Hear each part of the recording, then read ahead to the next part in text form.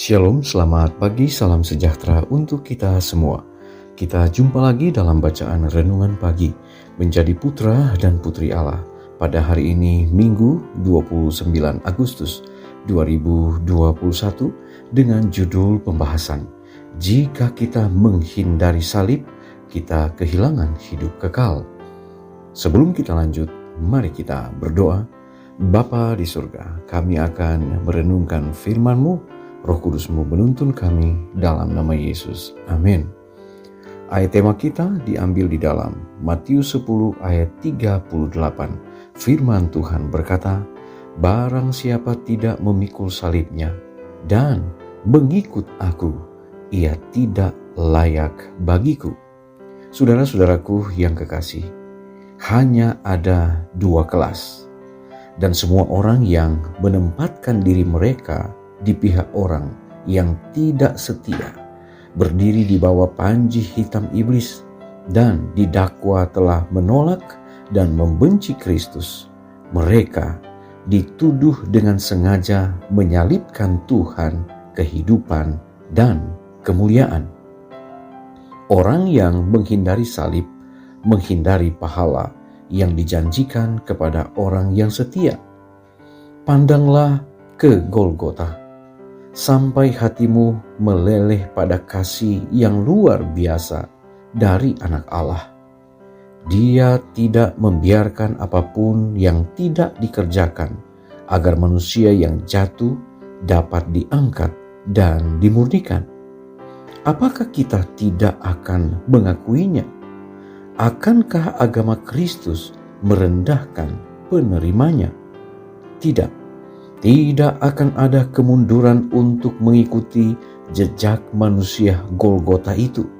Hari demi hari, mari kita duduk di kaki Yesus dan belajar tentang Dia, bahwa dalam percakapan kita, tingkah laku kita, pakaian kita, dan dalam semua urusan kita, kita dapat mengungkapkan fakta bahwa Yesus berkuasa dan memerintah atas kita. Tuhan memanggil kita untuk berjalan di jalan yang telah terbentang untuk tebusan Tuhan. Janganlah kita berjalan di jalan dunia ini. Kita harus menyerahkan semua kepada Tuhan dan mengakui Kristus di hadapan manusia. Barang siapa tidak memikul salibnya dan mengikut aku, ia tidak layak bagiku. Barang siapa mempertahankan nyawanya, ia akan kehilangan nyawanya.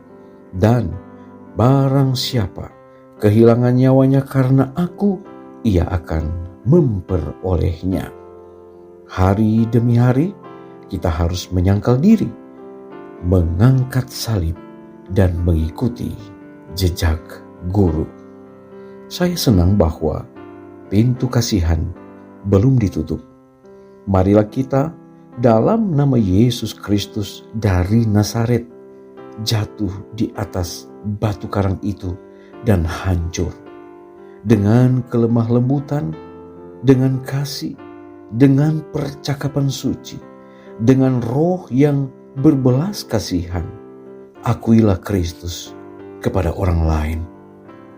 Saudara-saudaraku yang kekasih, wahai, supaya kita dapat sampai pada suatu keadaan di mana Ia dapat menyatakan kemuliaannya seperti yang dinyatakan di Yerusalem ketika Roh Kudus dicurahkan ke atas orang banyak itu.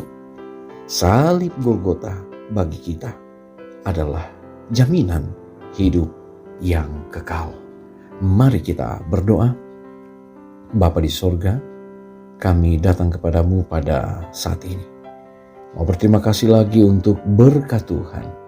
Kami boleh menikmati akan hari yang baru.